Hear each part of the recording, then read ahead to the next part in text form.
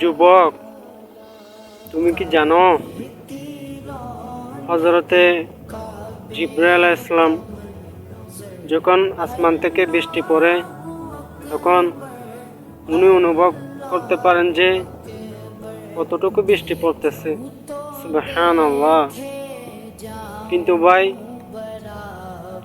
যৌবনকালের ইবাদত যে এতই দামি, যে এতই মূল্য, যৌবনকালের ইবাদতের নাকি উনি অনুভব করতে পারেন না। সুবহানাল্লাহ। তাই ভাই কি বুঝে আসা যায়? হ্যাঁ, আমরা ভাই সময় থাকতে সময়ের মূল্য দিব। হ্যাঁ, ওই যে মানুষ বলে না, দাঁত থাকতে দাঁতের মূল্য দাও, ঠিক তেমনি সময়ে এটা কিন্তু ফুরে গেলে আমরা কিন্তু আর ফিরে পাবো না ভাই। হ্যাঁ, তাই ভাই দিনের পথে চলি, নবী সুন্নাত তরিকার মতো চলি, যৌবনকালে ইবাদত করি, দাঁড়িয়ে রাখি।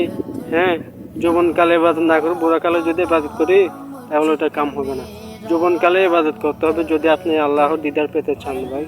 যৌবনকালে ইবাদত করেন। আল্লাহ তাআলা আমাদের সঠিক বুঝ দান করুন। আমিন।